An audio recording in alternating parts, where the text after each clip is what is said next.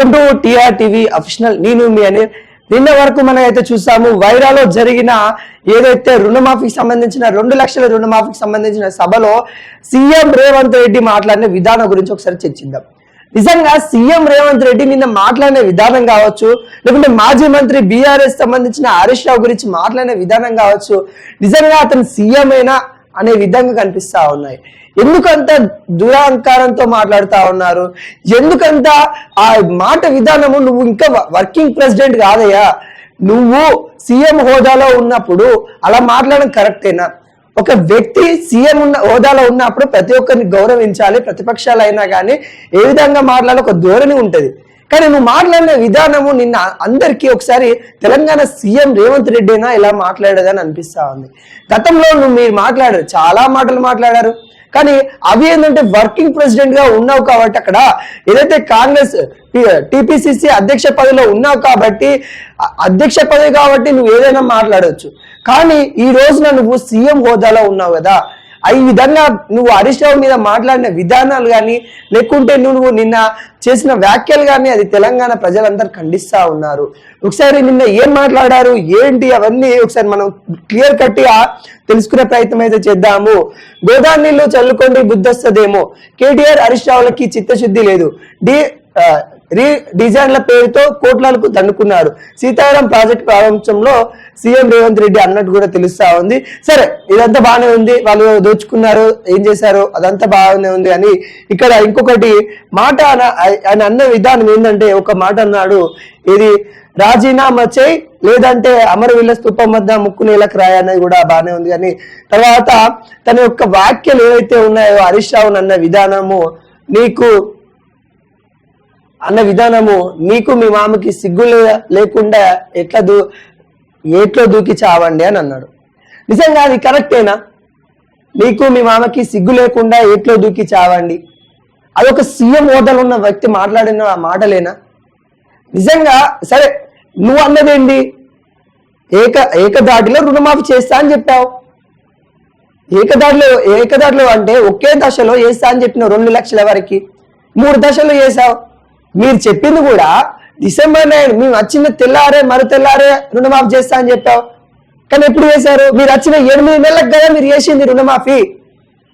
చిత్తశుద్ధి ఉంటే ఎట్లా దూకి చావండి అని అంటారా? ఎట్లా అంటారు అది? మీకు చిత్తశుద్ధి ఉందా? నిజంగా ప్రజల పక్షాన రుణమాఫీ చేసిన అంటారు కదా, రుణమాఫీ ఎంతమందికి రాలేదో మీకు తెలుసా? ఫస్ట్ ఫేజ్ లో ఎంతమందికి రాలేదు, సెకండ్ ఫేజ్ లో ఎంతమందికి రాలేదు, ఇప్పుడు థర్డ్ ఫేజ్ ఈ రోజు 16వ తారీఖు ఈ రోజు పడితే అకౌంట్ లో జమ కుడతాయని చెప్తా ఉన్నారు కదా. మరి ఈ రోజు ఎంతమంది వస్తాయో తెలుసా? ఎంతమందికి రావు అనేది మీకు ఏమైనా నివేదిక ఉందా? ఏ నివేదిక ఉంది మీ కాడ? నిజంగా ఈ రోజు బీఆర్ఎస్ పార్టీ నాయకులు మీరు అంటా ఉన్నారు, మీరైతే అది కొంతవరకు ఆవేదన నుండి వచ్చిందా లేకుంటే నిజంగానే ఆక్రోషం నుండి వచ్చిందా, ఏదైనా కానీ ఒక వ్యక్తిని చావు అనే వ్యక్తి అయితే ఎవరు ఉంటారు కదా, సీఎం హోదాలో ఉన్న వ్యక్తి అలా అనకూడదు. ఫస్ట్ ఆఫ్ ఆల్ ఈ రోజు నువ్వు ఏట్లో దూకి చావండి అని ఎట్లా అంటారు? సరే, వాళ్ళు తెలంగాణ గత పాలకులు వాళ్ళు ఏం చేసిరో ఏందనేది కూడా నువ్వు చాలా మాటలు అన్నావు, నువ్వు అనకూడని మాటలు కూడా చాలా అన్నావు. సీఎం రేవంత్ రెడ్డి గారు చాలా అన్నారు. కానీ ఇక్కడ ఏమైతా ఉందంటే, మీరు ఇప్పుడు సీఎం హోదాలోకి వెళ్ళిపోయారు. మీరు గతంలో మీ కాంగ్రెస్ పార్టీ టిపిసిసి అధ్యక్ష పదవి మీరు ఉన్నారు కాబట్టి ఎన్ని ఏమైనా కానీ మరి ఆ పార్టీని ముందు తీసుకెళ్లాలి కాబట్టి ఏ మాట అయినా అనొచ్చు. కానీ సీఎం హోదాలో ఉన్న వ్యక్తి అనకూడని మాటలు కూడా మీరు నిన్న అన్నారు. నిన్న ఏ విధంగా అసలు ఘోరంగా ఆ విధంగా అనడం కరెక్ట్ కాదని నా అభిప్రాయం. మీరు ఎవరేమన్నా కానీ ఒక వ్యక్తిని అయితే ఏట్లో దూకి చావండి, మీరు అది మీరు ఇది అని ఇక చాలా మాటలు అన్నాడు. అవన్నీ సీఎం హోదాలో ఉన్న వ్యక్తి అనాల్సిన మాటలు కాదని నేను అంటున్నా, అంతే.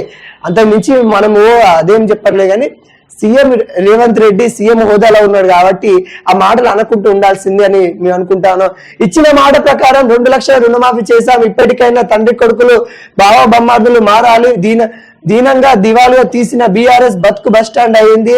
గ్యారెంటీ పూర్తి స్థాయిలో అమలు చేసే బాధ్యత నాది. ఏడాదిలో 65,000 ఉద్యోగాలు ఇచ్చేందుకు సిద్ధమయ్యా.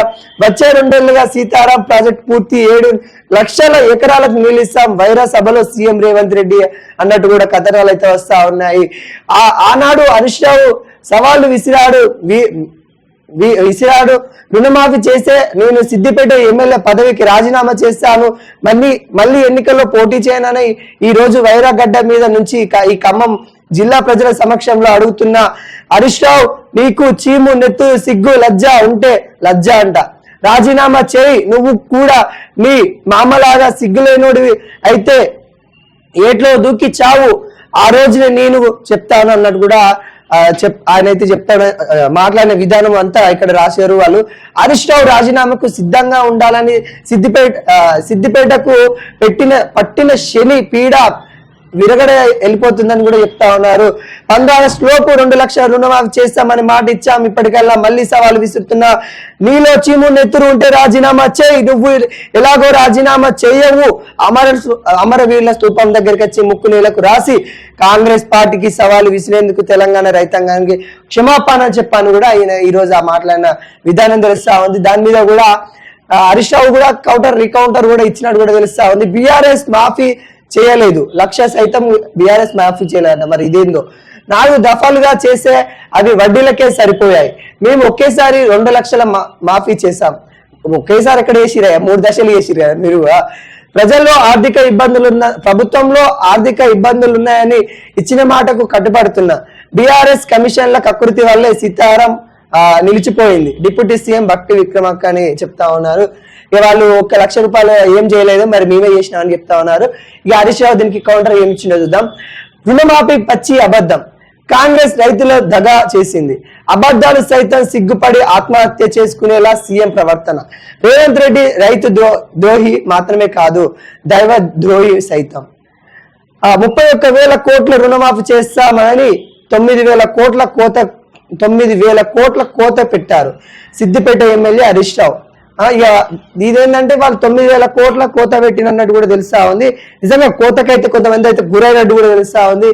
ఏదైతే కొన్ని ఫస్ట్ టైం 3 గైడెన్స్ అయితే ఇచ్చారు. ఎవరైతే ప్రజాప్రతినిధులు ఎవరైతే ఉంటారో వాళ్ళకి రుణమాఫీ కాదని, గవర్నమెంట్ జాబ్ ఉంటారో వాళ్ళకి రుణమాఫీ కాదని, ఇంకా ఐటీ ఎవరైతే కడతా ఉన్నారో 3 లక్షల కంటే ఎక్కువ ఐటీ ఎవరైతే కడతారో వాళ్ళకు కూడా మేము రుణమాఫీ చెయ్యమని కూడా చెప్పారు. ఆ 3 కండిషన్ వల్ల ఇప్పుడు దాదాపుగా 9,000 కోట్ల రూపాయలు అయితే మరి మళ్ళీ ఉండే ఛాన్సెస్ అయితే ఉంది. వాళ్ళ బడ్జెట్ ప్రకారం ఫస్ట్ 31,000 పెట్టిరు, తర్వాత ఏమైంది 26,000కి బడ్జెట్ పెట్టిరు, ఇప్పుడు ఎంత అయింది 18,000 వరకు రుణమాఫీ చేసిరు. ఏంది ఇంకా దాదాపుగా 9,000 కోట్ల రూపాయలు అయితే మిగిలి ఉన్నాయి. మరి అవి ఏం చేస్తారా అంటే మరి ఇప్పుడు రైతు బంధు ఇవ్వాలి. మరి రైతు బంధు ఇవ్వడానికి ఇప్పుడు ఒకే దశలో 15,000 ఇస్తారంట. మరి ఎక్కడి నుండి ఏం చేస్తారు, మరి ఎట్లా ఇస్తారు అనేది కూడా రైతాంగం చూడాల్సిన విషయం.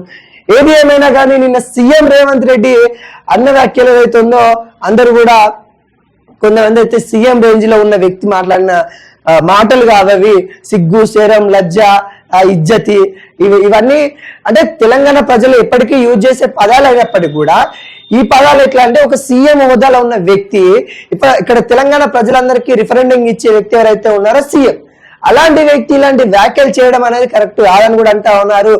మరి వాళ్ళు చెప్పిన మాట ప్రకారము రుణమాఫీ చేస్తాం, 2 లక్షల కిందికంటే రుణమాఫీ చేస్తామని చెప్పారు. కానీ అందరికైతే అవ్వలేదు. దాదాపుగా ఇప్పటికే తెలిసిన సమాచారం ప్రకారము 86% అయితే రుణమాఫీ అయినట్టు కూడా తెలుస్తా ఉంది. 86% అయితే ఇంకా మిగులు అయిన వాళ్ళు కూడా దాదాపుగా ఉంది. ఈ 86% అయినా కూడా ఏదైతే నిన్న ఈ రోజు జరుగుతున్న రుణమాఫీ 2 లక్షల లోపు ఉన్న వాళ్ళకి రుణమాఫీ జరుగుతా ఉందో వాళ్ళ నుండి అయితే 86 ఈ థర్డ్ ఫేజ్ సంబంధించింది పర్సెంటేజ్ మాటకి మనకు తెలుస్తా ఉంది. గతంలో ఫస్ట్ ఫేజ్ సెకండ్ ఫేజ్ కూడా మరి చూడాలి. దాదాపుగా మొత్తం ఓవరాల్ గా చూసుకున్నా కూడా 60 to 70% రుణమాఫీ అయినట్టు కూడా తెలుస్తా ఉంది. ఇక మిగిలిన వారికి ఎవరైతే రుణమాఫీ కాలేదో, కొన్ని చిన్న తప్పిదాల వల్ల రుణమాఫీ కాలేదో వాళ్ళకు కూడా కలెక్టర్ ఆఫీసుల దగ్గర వాళ్ళకు వినతి పత్రాలు తీసుకొని మరి వాళ్ళ కేసు అన్నట్టు కూడా తెలుస్తా ఉంది.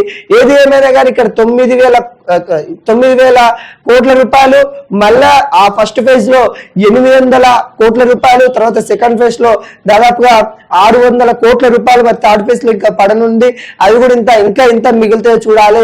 ఈ 800 కోట్లు 600 కోట్లు అది చిన్న తప్పిదాల వల్ల వాళ్ళకు అకౌంట్ లో చేరినట్టు కూడా తెలుస్తా ఉంది. రైతాంగం కూడా ఇంకా వెయిట్ చేస్తా ఉన్నారు, రైతులు కూడా వెయిట్ చేస్తా ఉన్నారు. ఒకవైపు పంట వేసుకోవాలా, ఇంకొక వైపు దీని గురించి తిరగాలా, అధికారుల చుట్టూ తిరగాలా అనేది కూడా ఆలోచిస్తా ఉన్నారు. ఇప్పటికైతే రేవంత్ రెడ్డి పైన చాలా మంది ఈ మాటలు అనే విధంగానే చాలా మంది అయితే వ్యక్తం చేస్తా ఉన్నారు.